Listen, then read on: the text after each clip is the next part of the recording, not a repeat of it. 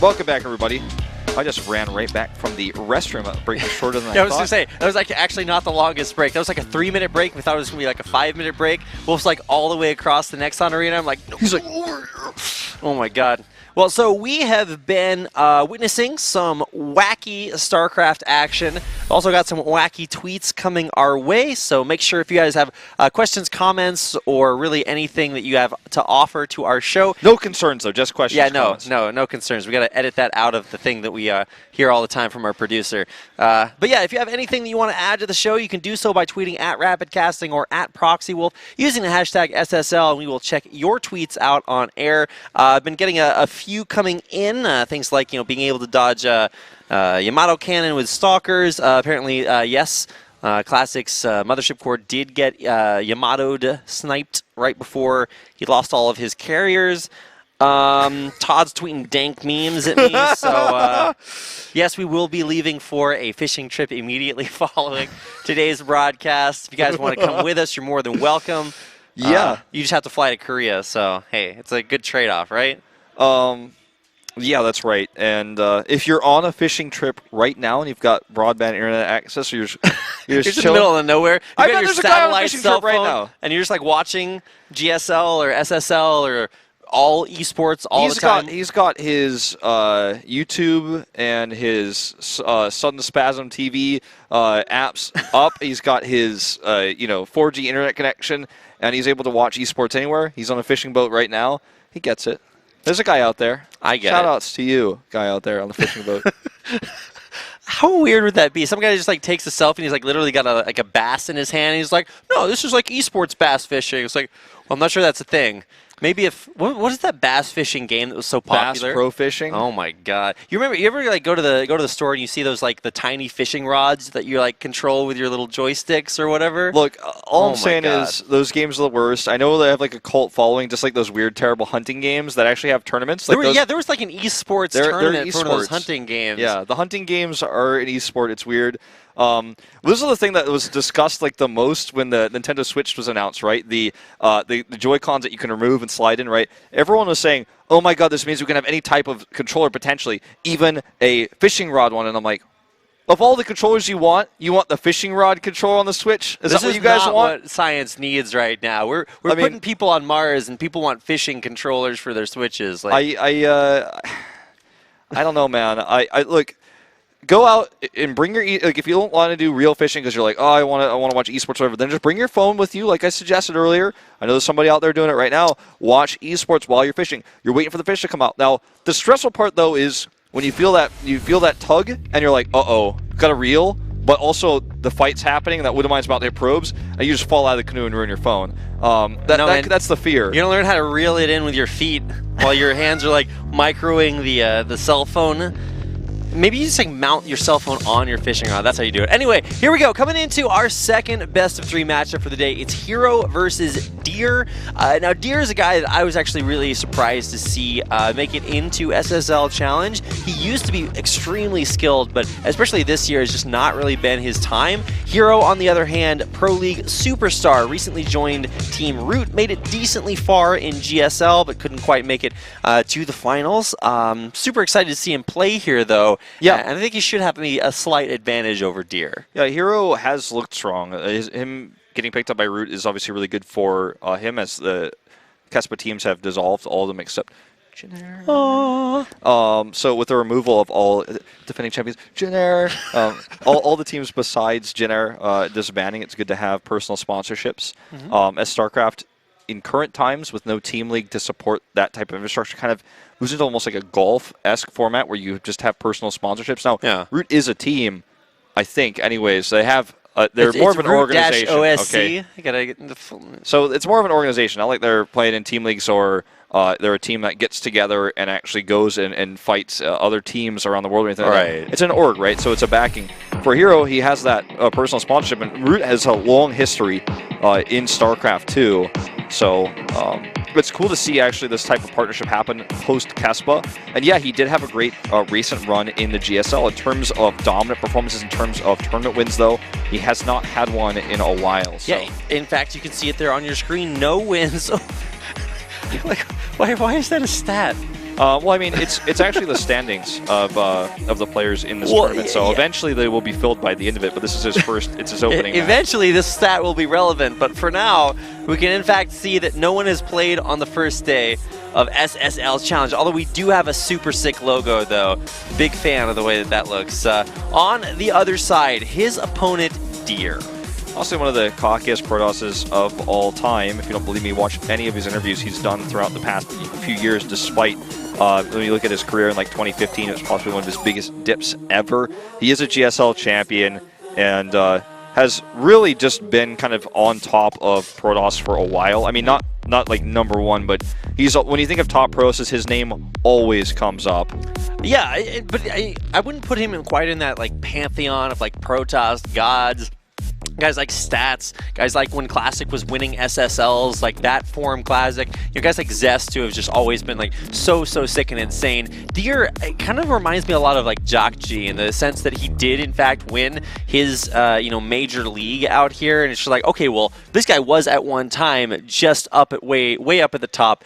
Has fallen on a little bit of hard times here, so I'm actually really excited to see here in SSL, sort of like forgetting about all of the players past and letting them just really reestablish themselves, see what Deer can do against herO. I feel like there's like 3 tiers of one-hit wonder GSL champions, right? I'd say that you have Deer at #1. Okay. And then you have the other player that you were just talking about. That was the Jockji, that's right. Jockji is #2. Then you have like Seed. Oh, yeah. Okay, so like after Jockji won his GSL title, he fell off significantly, but he was always relevant for several years, at least somewhere in the mid-tier. And then you look at Deer, and yes, he only won that one title, but he was relevant for a long time amongst Pro League. Also, just kind of always popped up. He was like a pretty consistent Code S player. We have Seed, and you're like, oh, he plays sometimes. Yeah, we don't like to watch it, but. He's a guy that does stuff. Well, now we're going to get a chance to see Deer do stuff against herO, and I think from the predictions that I was reading, herO pretty favored here in this this matchup. Also, he does have the Korean glasses buff, a super big deal. Sure.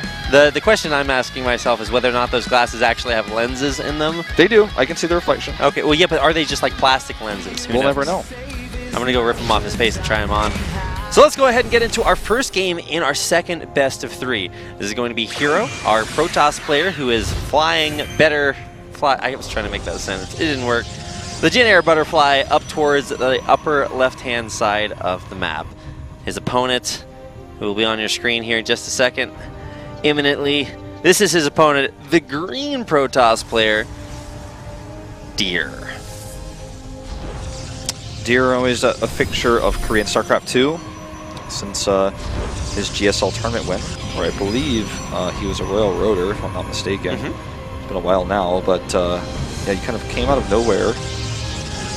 He became extremely cocky after that and was consistent as a player in terms of relevancy. Like, he was a round of 8, round of 4 player many times, had a few seasons of GSL, for example, where he placed very poorly, had some really bad records in Pro League, like 2015, insanely inconsistent, and often the mega tilter of Valdez in terms of predictions, because like it seemed like Deer only won games when Valdez predicted him not to, but it was really rough, good times and bad times for Deer, whereas herO has been by far way more consistent, despite really not having big tournament wins locally here. More of the Pro League guy, as you mentioned, right, for CJ, which unfortunately then became a team that very much underperformed after their near finals run in 2014.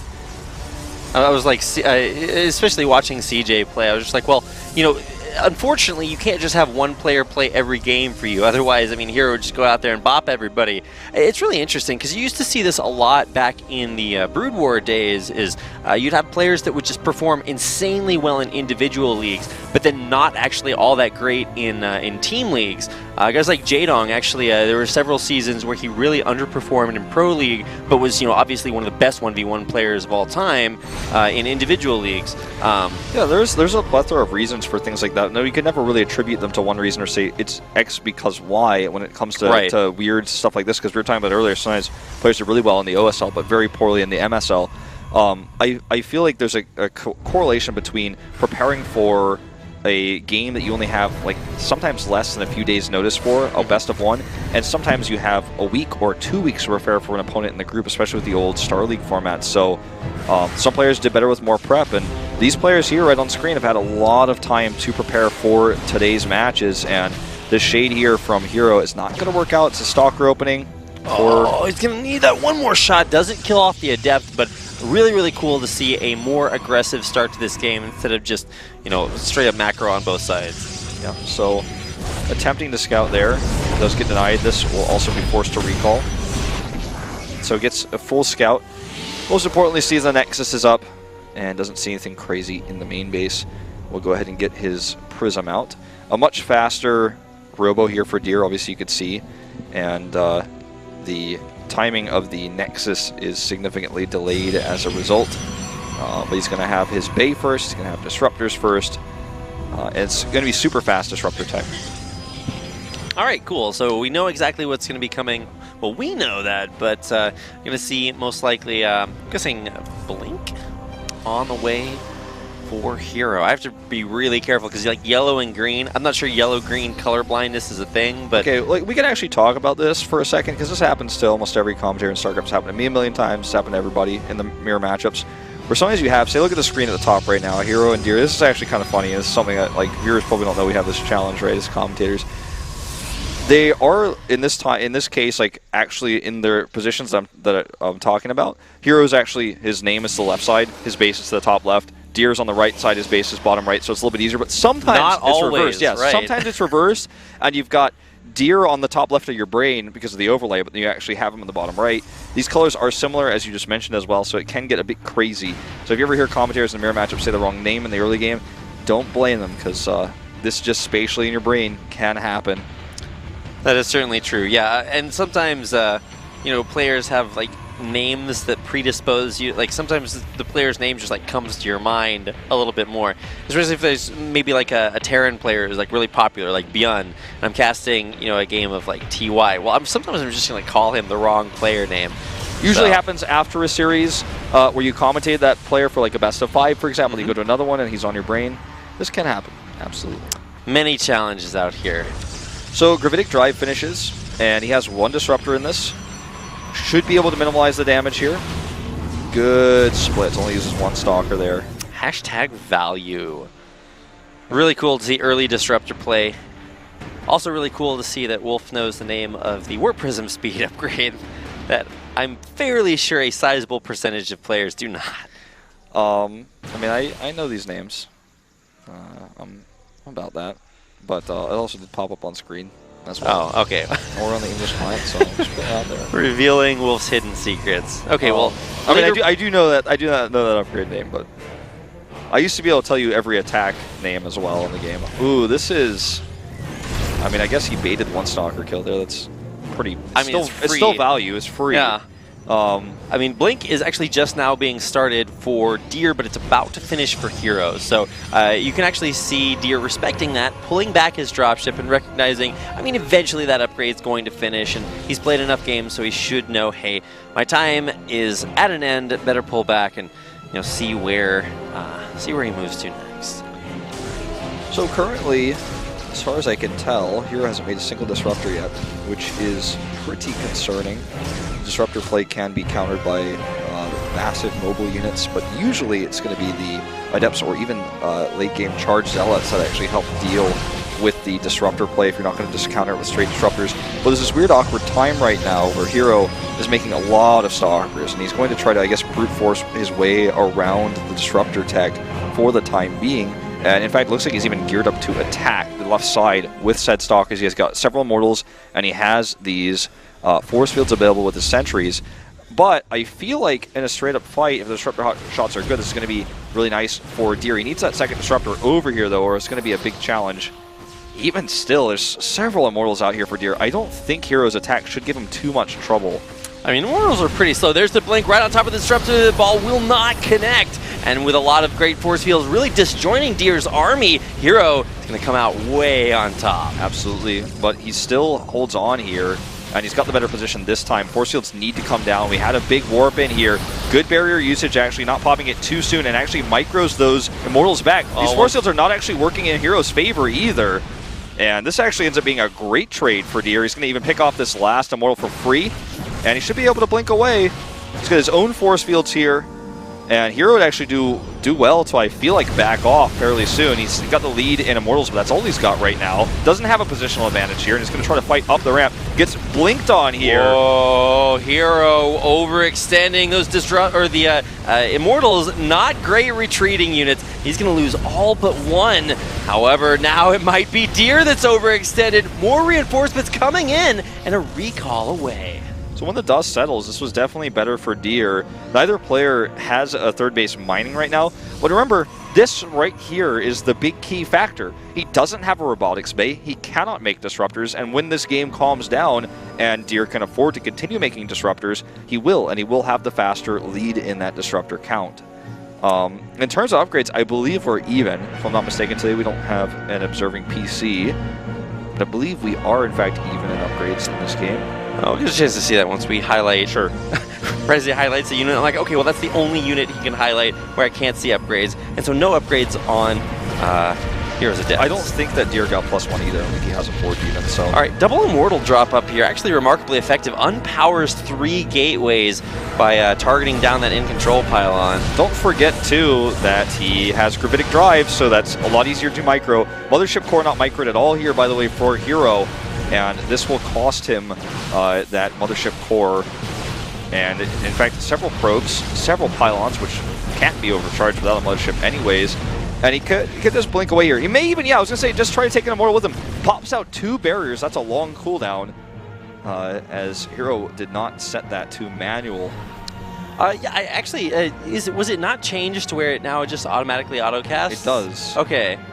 All right, so you actually have to turn that off if you want to not just waste your barriers like that, which not a lot of people actually do. But it's super tactical. StarCraft's a very difficult, hard game, and yeah, this is the point in the anime where the character you meet in episode 1 finally comes back into relevancy. That pylon that was placed down in, I think, maybe 3 minutes. Now finally spawns 2 Adepts, and those will try to go in and get a little bit of harassment. That's your Barristan and Selmy pylon. Like, he's coming back. Indeed, Wolf. Disruptor Shot actually does not kill anything, but it does pop yet more barriers there, so those Immortals will not be quite as immortal. And now we get a chance to see Disruptor battles. Yep. No Disruptor is crucial for Deer. Deer stopped Disruptor production. He just wants to win the fight straight. He's going to blink past this Disruptor ball. There's only one. Here comes the next one. He needs to split. Not a good split. A big hit there. Disruptor will get taken out, but not before dealing massive damage. Blinks, though, coming off cooldown, and that is one thing Deer does have. He is using it to great effectiveness. GG. He just had the army lead there, decided to overwhelm hero's forces with his large Stalker army. After that engage, not using his robo time to produce disruptors, but rather the faster build time Immortals, built up a large Immortal force. In terms of micro, that entire game, absolutely Deer way out controlled herO, especially at those fights at the third base. Surprising commitment there for herO to try to fight up a ramp, fighting into bad force field position as well. So I got forces, but he's got force fields too, and half his army wasn't firing a lot of the time there in those engages, so it's no surprise that Deer ended up winning that trade and then taking a big advantage into the mid game. I just really like watching games where one player wins not because he just had more stuff, but because he used it better. Deer really consistently relying on his micro, even from his opening, going for the gravitic drive upgrade to allow his disruptor play to just get in there, snipe off stalkers here and there, and just get that tiny little advantage, and then continuing to Wolf just reaches over to the monitors, petting his own face there. I'm just like, well, yes, you are right there. Well, there was a black dot on my monitor, and I was wondering, A, is it a dead pixel on the monitor? B, do I have something on my face? Or C, is this just some little speck of a leaf or something I'm going to move off the monitor? It was really small. I moved it away. Just for clarification. All right. I would never tell you guys about this in Premier League, but this is a challenge. I can tell you this is where we can reveal the secrets, like how this is not actually a 3-dimensional backdrop behind us. Those aren't actually real books over there. Those are real books. Those are real books. I was reading that earlier in the 5-minute break. Come on. If you get a chance to see the Korean casters set up upstairs, they they also do not have real books. Those are actually real fake books. They're full of fake news, Wolf. Fake news in the books. All right, well, here we go. Game 2. We already put one game in the books, so to speak, metaphorically. And game 2 is coming up. herO versus Deer. We don't actually have like a load into these games, so it's not like herO versus Deer is coming up. No, we actually just go straight into games. So here we go. Round 1, match 2, game 2. Fly better fly. Here we go. Our yellow Protoss player in the upper left-hand corner. This is, I believe, yes, Deer. No, why did I look at herO and say Deer? Oh my god. All right, this is Deer. He's on the other side, and because Jin Air is our sponsor, every game, instead of using red and blue, we use yellow and green. Thank you very much. Sorry, I just thought I'd take care of that. Now we can actually... You're free to go. That's a wrap. You can go home. You covered it. Yeah. No, I did my job here. I'll cast the rest of these. You're free. You go pick up a Shake Shack burger. Maybe the lions died down now. Well, I'm pretty sure Shake Shack is closed. It is actually 11:30 p.m. here in right. Seoul. So... Doesn't feel like it, but I've been doing a lot of tournaments at weird hours recently. You know, being in California to cast HGC in the middle of the night, a Chinese tournament, doing that at a weird LA time now. I'm here doing Challenger at late night. It feels like I just am the nightcaster now. Well, this is like the late show, but for StarCraft. Yes. Like we don't have as majestic of chins. Oh, that is very true. But we're. I mean, people do compare my hair to like Conan O'Brien all the time, so I guess that's just the one late show. I'm not quite Craig Ferguson yet. I'll work on my accent. Sure. This is what I like to call the product placement probe, because when he comes out to scout across Abyssal Reap, he goes right over that SSL challenge logo. Yes. Big fan. He's actually coming up on another one here in just a second. Wait for it. Oh, the Jin Air logo. Big fan. Big, great sponsor. Fly probe fly. Yes. Well, the probe actually does look like a little bit like a butterfly. I'm actually going to reach over here and grab our little Probius over here so that I can bring it out Are you sure that's actually canonically Probius? Because I think when that plushie was made, it was just a generic probe, and then Probius was released in Heroes of the Storm. We didn't even know what Probius' name was. I feel like they really hurt his character in a lot of ways, but that's just my, when you go back to like StarCraft lore, not a big fan of making him the official Heroes of the Storm probe. But anyways, we don't know if canonically that's Probius. That could just be a generic probe that you have that now you associate with Probius because of the Heroes of the Storm release. That's entirely possible. I'm just disappointed that when Probius spawns a pylon in Heroes of the Storm, that the pylon's not named Pylo, because like that would really be canonical. But unfortunately, I don't know. That is not quite the way things are. It's entirely possible that this is not Probius. However, because it is the only probe that I have right now, I'll be going with that. Do you name all your characters in all the games that you play Reed as well? No, usually I name, like, if I'm playing like Fire Emblem or something that has a lot of characters, like Disgaea had that too. There's a game that had like 1 billion different characters in it. It was like a PlayStation game from way back in the day. Anyway, a lot of characters in a lot of games. Reed, I don't know. Okay, all right. I'm just curious. The game with a thing that had like characters and stuff. I named them after my best friends. Like even when I was like playing Pokemon, I'd name the Pokemon after my friends. And if I just had somebody I really didn't like, I would just like I don't know. He'd be the clay pigeon that died first every time. I gotcha. Or if I could name my rival. Like, I'm looking into your childhood right now. Like, no. If I could like name, if I like had this one guy that was just like, I don't know. You named your rival in Pokemon the bully from the school. Exactly. That took your girl and your lunch money. Well, I was homeschooled, so I just named it after my brother. So that usually worked out pretty well. 10 kills for this Oracle, by the way. Yikes. Or 12 kills in total. This Oracle has 7 specifically. Oh my god. 14 kills. Okay. All right. Well, hero's just like, I just like to win this game. All right. So that is a yikes amount of damage right there, and there's even more Oracle coming across the map. Coming at you live at Spo TV Games, sponsored by Jin Air. Nice. Look, I know that Probius Velcro is real nice, but can you give it a rest? I'm really enjoying this Velcro on top of Probius. There's something inside Probius. I thought it was like a hidden treasure, but it's actually just like batteries. But I don't actually know how to use the batteries, so I'm trying to figure that out. Okay. Okay, that Oracle is a little bit less effective. But hey, still. 3 kills still. He's significantly ahead in workers. He's up 10 workers right now. The counter harass here with the Stalkers is just never going to be as effective Phoenix is coming over.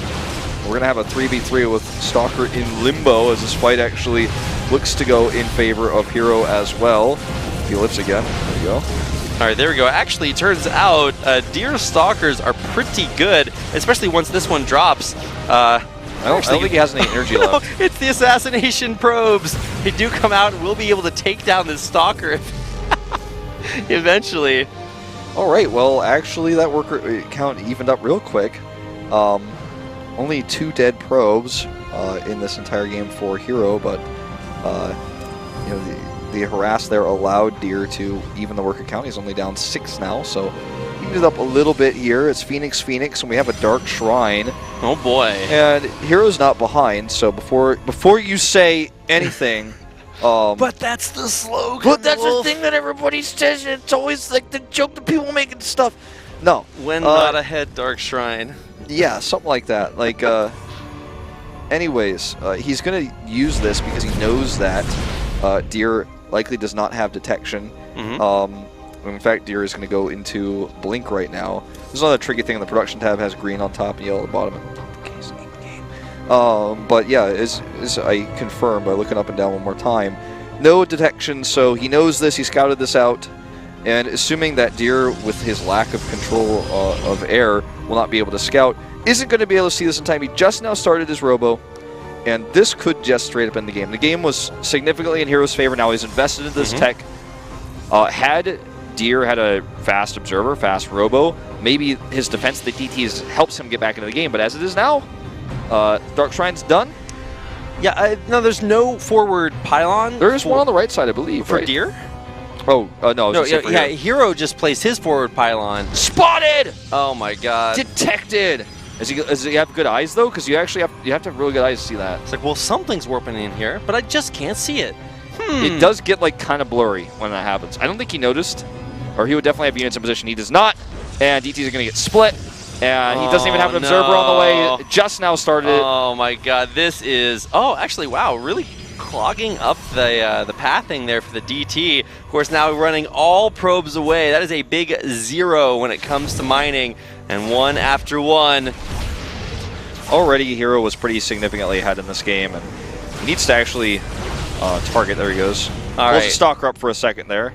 Second DT gets away. So 7 kills puts him back to that 10 worker lead, not to mention the lost mining time that you just described. All right, so yeah, good advantage there. What, do I have stuff on my shoulder? You just had a little fuzz there. Okay, all right, thanks. Yeah, are you one of those people that like really gets tilted? You see like that one hair on the back of somebody's shirt and you're like, oh my god, I gotta fix that. I'm actually the guy who thinks that if you don't tell someone when they have something on their face or something on their jacket or whatever, that you're a terrible friend. So whenever I see someone, I'm the guy who's immediately like, oh, you got something on your face, or hey, you got something on your jacket, because if you're too awkward to tell your friend about that, you're not a good friend. And if I ever go to the bathroom when I'm out with someone at a coffee shop, restaurant, if I ever go to the bathroom, I have someone on my face, so I'm hanging out with a friend, I've been talking to him for an hour, I come back and I'm like, if you ever let me have pepper on my tooth, and don't tell me about it again, we will not meet That's anymore. how you know who your true friends That's are. Right. So I just saw that little like thread on your jacket. I thought, just take it off, you know. I'm not going to be awkward. I'm not going to tell you about it. Just take it away. Well, because this is SSL Challenge, we can actually let you know about these things. This actually happens all the time in like almost every league, but now you guys are learning the secrets. All right, their second forward pylon here for herO. See if he can push forward. Already evacuating all of those probes out of there, all but that one. And herO actually in a really good spot. Just going to go ahead and snipe off everything that he possibly can. And not even actually targeting down this third base. It's pretty useless right now, trying to get into the position that he needs. Siege and the natural. I mean, Deer was just massively behind all game long. Now he's getting bullied by the larger army because of the better economy of herO. And will be reset back to 2 bases. herO has a third base up now. It's not mining yet. At least Deer will... isolate and kill these Phoenixes. Ooh, miss micros one of those Phoenixes, but still ends up killing 2 for 1. The problem is, can he ever defend this aggression? Can he ever hold a third base? I feel like everyone knows this is, in fact, a rhetorical caster question where you try to hype up the elements of a game that is very one-sided and most certainly lost. can't say that. So you say, will he ever be able to X, Y, and Z? Because I don't think so, Rapid. Then you make some other comment like, well, he's got +2, and like, we do that with casters. But in this case, I was really trying to lead into some uncertainty about the next few moments of this game, the outcome that we don't know yet, technically speaking, because anything could happen. Yeah, if you want to be psychic, have like 200 supply versus 1, and then you can suddenly tell the future. However, like suddenly you lose that ability when you become a caster. You're just like, well, anything could really happen. Lightning does exist. It could just like penetrate the top of the Nexon arena that is actually like 100 feet underground, and cause a massive power outage that would cause an instantaneous regame. I don't know, man. herO in a pretty good spot right now. If you look at the worker count, that's what I've been trying to do and be like, well, he's coming back in workers. He'll be able to mine a lot of minutes. No, he won't, man. This third base is not going to last much longer. When a player gets ahead in workers, they stop making workers, which means they're saving money. If you're losing a lot of workers, it means you're spending money on workers. You're still behind. You have less money to spend, and then you have a smaller army. Deer is going to take another good fight here, actually, because he has a superior positioning, just like in the previous set. But just by being a victim of circumstance with the DTs and how that last exchange went with the Oracle, he's still significantly behind. He does have this third base back up finally, as herO is going to send an Archon over This is the Archon drop harass. All right, man. But pushing in forward, a massive blink in, perfect force fields, really zoning out a lot of Deer's army, and herO is here to stay. More forces being rallied in here, but just an insanely strong team fight win there for herO. And he's just going to push his way through. There's the blink forward. He's tripling his army supply now, doubling his full supply, and won't even get the Warp Prism. GG. herO going to bring us to a third game, having the better end of build orders, killing, I believe, 12 workers in the early game, 7 on that Oracle, and then going into the expensive DT tech, having all the information that Deer didn't have detection, would likely take the fast track to a blink or some sort of other tech to try to catch up, perhaps even his own slower DT tech, and there you go, DTs go in, the mind of Deer blown, and we're going to game 3. If Deer were Jin Air in that last game, he would be sad playing. Sad playing. Aww. Don't worry, we got Glad playing. You guys want to see it? I want to see Glad playing. They want to see it. I want to see Glad playing. All right, hold on. Shh. Wait. We're waiting in suspense. We're going to resize it. The Glad playing. That's herO after that last game. Yeah. herO was like sad playing after losing game number 1. Then he became mad playing. Now he's Glad playing. That's right. After taking us to our second game number 3. 3-game series automatically mean, Wolf, that our players are very evenly matched, that we have insanely high levels of competition.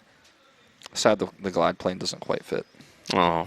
It's a Glad eyebrows and a generic partial. We should actually just like go on this, we'd totally get fired for this. Just like take a little Sharpie and like draw smiley faces on the actual Jin airplanes behind us. Have you ever seen there's a subreddit, what is it, Kawaii Sharks? And like we could do that with like Kawaii Jin airplanes, and they could be Glad all the time. Could be. Somebody out there is photoshopping that right now. I'm pretty sure like by this time Merkmate's like asleep and he's like not photoshopping our Glad planes for us. But look, I actually eventually we'll have that. I got a message from Nathanius, by the way, that he was in fact awake for the end of that series. So I did see the battle cruiser. Okay. So we are ready to go into game 3, man. It's time. We had a pretty close series in the last one. Our second one is going to game 3 once more. Deer having the better control in this series so far, but herO with a good build in game number 2. As we jump in, there's the plane flight. It's time for Newkirk. No, Wolf. It's time to fly better fly. But we get $10 every time we say Jin Air on air, by the way, guys. So I'm just kidding. I wish. One day, that's going to be my pay structure and be like, all right, if I plug the sponsors this many times, I get a bonus. His opponent, this is the green Protoss player, Deer. Now, hopefully this is not one of those setups where we have players spawning on opposite sides of the map and their names spawn. Oh, Wolf, it is. The yellow player herO is on the right-hand side of the screen, but his name is up on the left-hand side, and the green Protoss, Deer, is also opposite there, so get ready, guys. So we're going to call them opposite names all day long. Back on Newkirk precinct. Here we go. So this is definitely going to be a game that is dominated once more by Stargate play. I imagine the Phoenixes will be out in full force after the early Adept shenaniganry. We could see the commitment once more by herO to Stalkers instead of Adepts, as we saw it in Game 1. But more than likely will just be the double Adept on both sides. The cool thing about Phoenix versus Phoenix is it gets to this insane level where you have so many Phoenixes, and whoever ends up losing out, which, of course, by the nature of the game, one of the two players will end up losing out in Phoenix count for one reason or another. Then you have this really awkward moment where a player can hide a bunch of Adepts and do a big timing attack at the third base, and not enough Phoenixes to pick them up and hold. We can have games go super, super late game where you try to charge Zealot Archon through.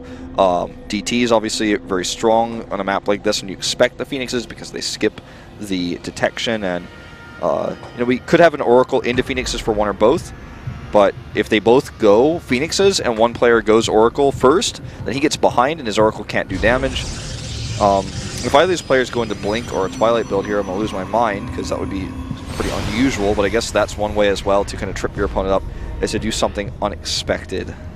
Same warp gate production on or timing on both sides, but a couple of Stalkers coming out here for herO. I think herO's Stalker control was overall maybe a little bit worse in game number 1, where Deer just really controlled his way to a pretty solid victory.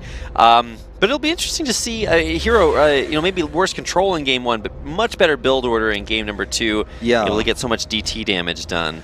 The Adepts here are trying to avoid the Stalkers of herO. herO did go Stalker opening in game 1 with a faster Nexus, just slightly. In this game, it's much more significantly faster. Deer will actually be able to scout this with his Shades. He actually goes past Nexus. I don't know if they actually got vision of that, but he gets pushed away here. herO realizes this, goes back.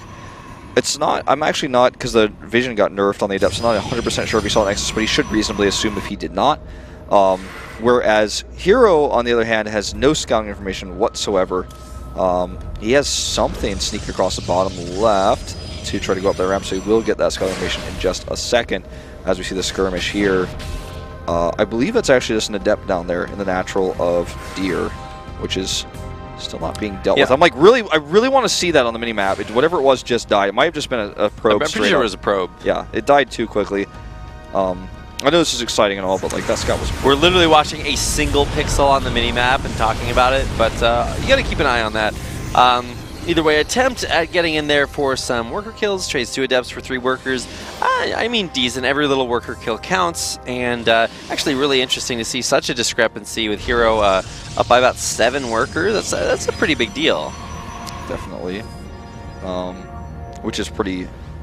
It's pretty significant considering they both started their Nexi at the exact same time. So I like the situation here for him in terms of economy for Deer, but we see a very fast Warp Prism coming out for herO. So I'm really surprised we didn't see a Stargate opening for either player, just considering the proximity of bases by air. But it's just going to be the fast robo play out of both. So a little bit of a curveball here. Obviously, the Prism is theoretically you could kind of classify it as air-esque. This Prism is actually going to allow for some harassment here. Is he going to do a sentry drop? No way. This is like, what day is this? Like, what time? Is this 2014? Like, yeah, this is definitely a little bit of a throwback. So the idea here is what you do, you get vision of the high ground, blink into the main, force field the ramp. So we're going to see force fields on the ramp. Actually does split a large majority of Deer's forces out, but the idea is to separate all the forces and wall them out of the base. Not really timely executed. No, very poor execution here, very late. And also because he doesn't have Blink, this is for elevator tactics, which is buffed in Legacy of the Void. I know it's been out for a while, but the pickup range for the Warp Prism is much larger than it was before, so you can actually do a lot of cool stuff with that. That was literally all I ever did in the beta, and in all matchups. But failed execution here. Was not an all-in, but it would have likely ended the game had that force field execution been a little bit better here for herO. But it's not like because that failed, he loses the game. He didn't lose much there. He actually was able to escape. So going to clear this Observer now. We're going to transition into the mid-game. It's a bit of a game of check-in right now as to who's going to make the third Nexus first. And Now, it's probably, I imagine, going to be herO who does that, considering the large amount of units he made early on. As I say that, he adds the Robotics Bay first, the first time to lead Disruptors in the series. So this is a pretty cool situation, seeing Disruptors now being the tech. The Disruptor versus Blink is always, it's always really cool to see, you know, different routes and having both players take these different routes and seeing who can do it better. I think that's one of the best things about StarCraft. Like, if you just think about it from like a development sense, the ability to have, you know, multiple different forks that you can go down, all of which are strong, and then see which player utilizes that better. That's the ye old scouting Colossus, Wolf. Yep. That's when you press C twice too quickly. Whoops. Definitely want to CX that, but he CC'd. Yeah.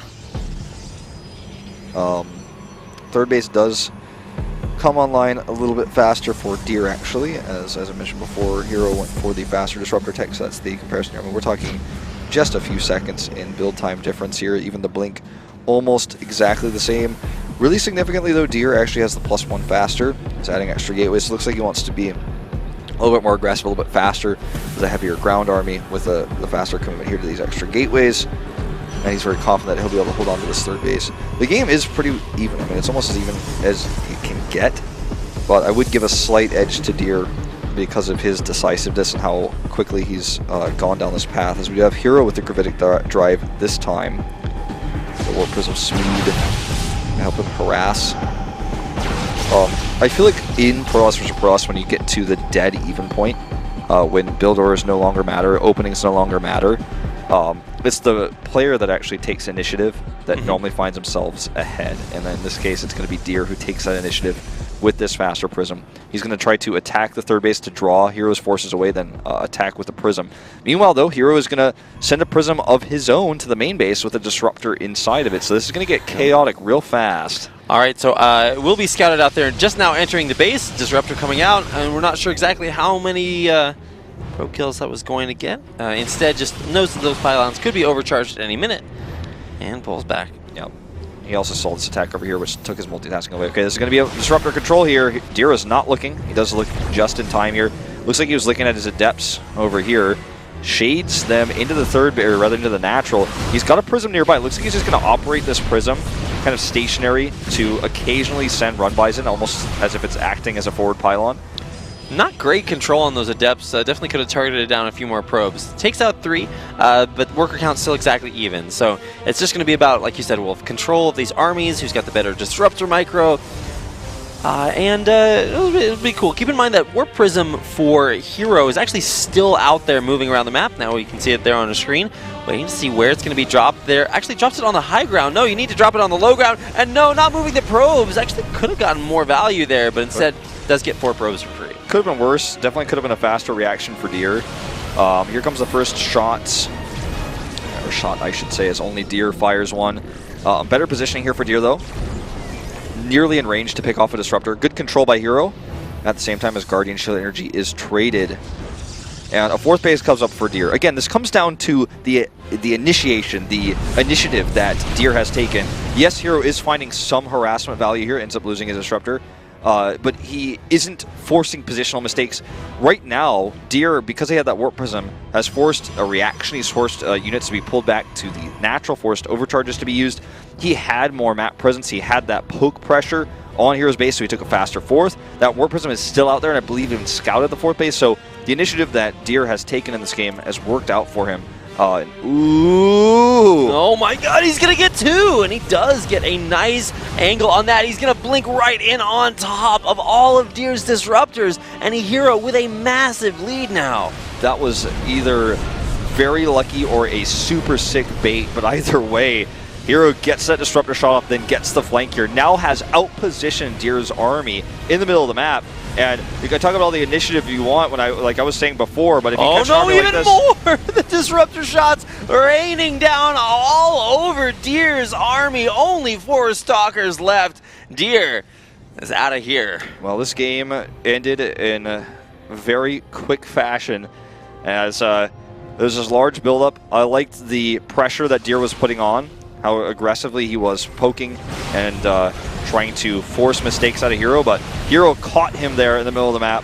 And that is all she wrote. This game, 11 minutes and a half approximately, ends in about 20 seconds as herO takes the big fight.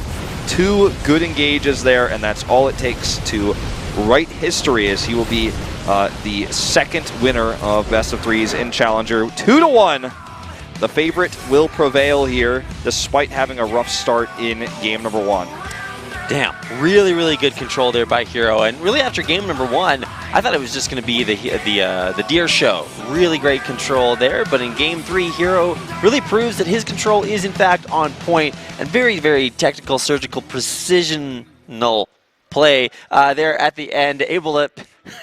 That's when you just like walk down the corridor and you're like, no, this is the dead end of the maze. Yeah, it's just really great control there with the disruptors, able to get snipe off 2 and then blink around the corner, take out the rest of the disruptors. Even if that one lone disruptor gets sniped before the shots go off, it still forces a big blink. It still forces a positional mistake out of the army of Deer. So whether it was intentional or not, it worked out really well. I have to feel that was a bait, though. I have to really trust that herO had this planned all along, because the follow-up execution was spot on, and he won the game just out of that one decisive move. Which is how Pros vs. Pros has been decided for really years, actually. Decades and decades. Not as much in StarCraft 1, but... Well, that is also true. Yeah, there was no disruptors in StarCraft 1. Disruptors by miles more reliable than even Scarab shots. I mean, I suppose some Scarab shots have ended games in moments, but usually it's like a little bit more of a tight build-up with like super technical micro. This one's just kind of like, well, you were in the wrong place, and now disruptors are good. I killed your stuff, guy. You blinked forward. Oh, now there's no counterplay. Aww, so sad. All right, we're going to make a big move and head on out to a quick commercial break. When we come back, we'll have our third best of 3 of the night. Don't go anywhere. SSL Challenge. Return in a second.